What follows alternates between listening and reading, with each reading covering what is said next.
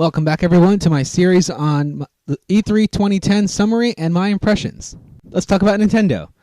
Alright, I gotta say, first of all, Nintendo's conference was just outstanding. It was very, very well done. Let's get into the specifics. First, they started off with Legend of Zelda Skyward Sword, and I really like the art style. It kind of takes Wind Waker's cel-shaded, very colorful and vibrant style, and then Twilight Princess's semi-realistic look. So I think it takes the best of both worlds. It looks very good. Shigeru Miyamoto came on and he said he wanted this to be the turning point in the Zelda history, and he did a demo of it. And I gotta admit, it didn't look like the demo did too well. I had no idea that wireless interference could play such a huge factor in Wii Motion Plus, so he had a little bit of trouble. Oh, basically, the controls for this are really intuitive, according to Miyamoto. First of all, it is mandatory to have Wii Motion Plus, which is fine. I think by the time that game comes out, it won't really matter or not. People won't be complaining, especially considering new Wiis are bundled with Wii Sports Resort and the Motion Plus. One thing that was kind of interesting was the way you defeat a Deku Baba. In order to kill one, you have to cut it in the same direction its mouth is open. So it could open its mouth horizontally or vertically, and you have to cut it the same way the mouth is open to kill it. So that's kind of cool. I like that. Also, there were enemies that they would block at a certain area, so you have to swing your sword in a way that gets around that. Adds some skill, and I like that. And it looks like the way you charge your sword is stop and you hold it up in the air, and it just automatically charges, and you can shoot sword beams like in the old games, in addition to the spin attack. That is going to be awesome. I can't wait to do that. Another way they showcased the Wii Motion Plus was to spin his sword in a spiral pattern, or at least a circle, to confuse the eye on the door, and then it would open. That was kind of cool. Alright, here's the function of the buttons.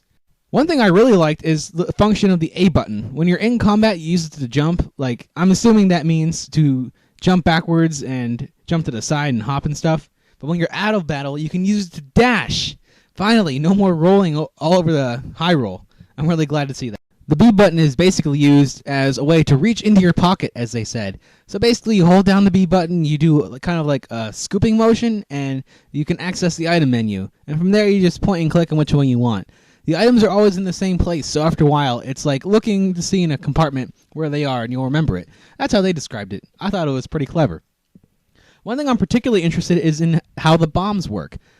Basically, if you hold the Wii Remote above your head, you can throw a bomb like usual, but if you hold it below your waist, you can use it to roll bombs forward. So, bomb bowling. That is really good. Some of the weapons that were established were the Beetle, which basically you launch from your gauntlet, and it shoots this, it's like a UAV drone, and you can remotely control it, and it picked up things like bomb flowers, and it hit the side of a wall. It looked really interesting. And in particular, the whip looks really interesting. Maybe that'll be a precursor to a Castlevania game in the future. Thanks to the Wii Motion Plus, it looks like the whip weapon will work really well. You'll be able to whip enemies and steal items and pull them towards you. That is going to be really cool. That's probably what I'm looking forward to the most in terms of the weapons. The C button works with the bow in the same way as it did in Wii Sports Resort. For those of you who don't know, I will explain. Basically, you hold the Wii Remote and the nunchuck in front of you. You hold down the C button and pull the nunchuck back like a bow. Then you release, and it releases the arrow. They even showed them shooting a heart that came down and pinning it to a fence. I thought that was well done. As far as I can tell, the Z button works the same way as it had before. Z targeting. As usual, you swing your sword to attack, but this time it's more precise, and that's with the Wii Remote. And with the nunchuck, you can use it to raise your shield.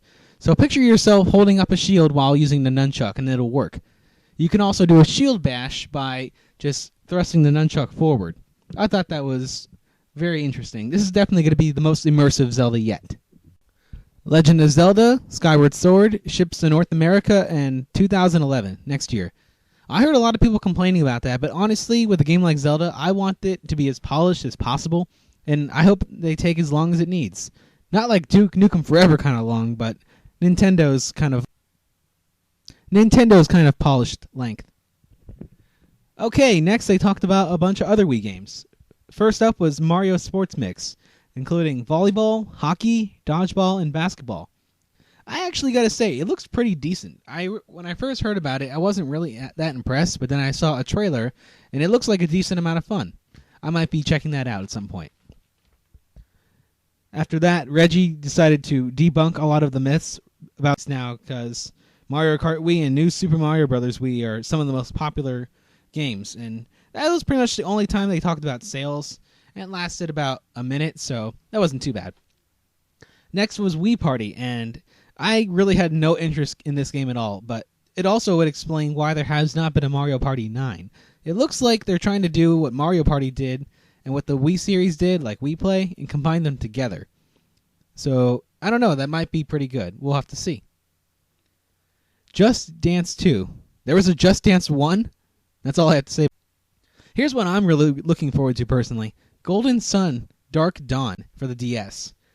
I really liked Golden Sun and Golden Sun Lost Age, so I'm definitely going to be getting that at some point. It's coming out this holiday season.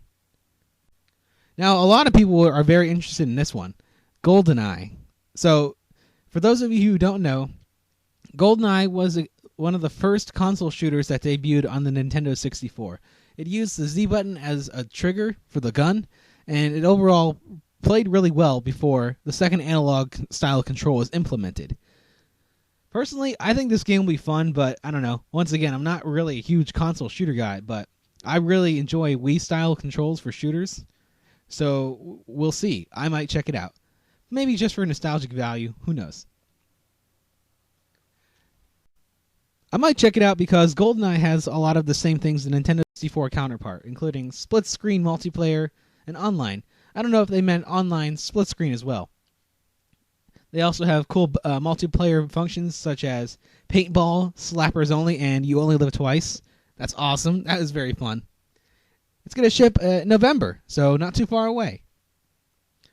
Next, I talked about Epic Mickey, and this one looks really good. Apparently, it is confirmed it is a Wii exclusive. And wow, the art style for this is simply amazing. The cutscenes are really, really amazing, and the actual in-game art is just incredible. Such a beautiful game. And what's really neat about this is you basically go around as Mickey, and you can paint things, or you can use paint thinner on things. So in other words, draw and erase. Mickey, as a paint himself, is interacting with his environment, and it seems like a choose-your-own adventure kind of game. It looks like a lot of fun. When you enter, they showed a demo, and when they entered a level, they went to a 2.5D style game, that's definitely good. Why not combine the two? That looks like it's going to be awesome. I am very, very excited for that. After that, they unveiled Kirby's Epic Yarn, and wow! I've never seen such a more adorable and unique game in my life. And I'm sure a lot of people are going to be like, oh, it's so kiddie, but no, I mean, it's Kirby. First of all, Kirby's always been adorable yet badass. And second, this looks just like a lot of fun. As you can see from the pictures, it's basically just, you're an outline of Kirby in yarn. You can interact with the environment in the world, such as taking the enemies made out of yarn and making them do your bidding, or pulling a button and making the world condense like a piece of fabric. It looks amazing. I am really excited to play that game. After that, they talked about Dragon Quest IX on the DS. Apparently, there's going to be an improved multiplayer and a July release. I never really got into Dragon Quest, so I don't have a whole lot of interest, but who knows, maybe this would be a good place to start. After that, they showed another trailer of Metroid Other M. I suppose they did this only because it's been delayed and they had to show something, but the box art really stood out. I'm definitely looking forward to getting this game as well. So many games, so little time, so little money. What can I say? Now, what they unveiled next was a huge surprise. Retro Studios, the second-party company that worked on the Metroid Prime games, unveiled a brand new Donkey Kong Country. Yeah, Donkey Kong Country returns. Wow!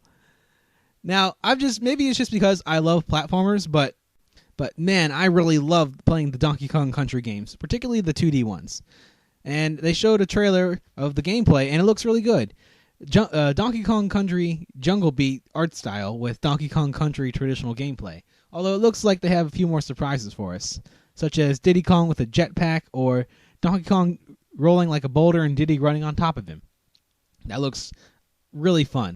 That about does it for the Wii games, and we're about out of time, which is just as well because the 3DS needs its whole part anyway. So thank you for listening, and stay tuned.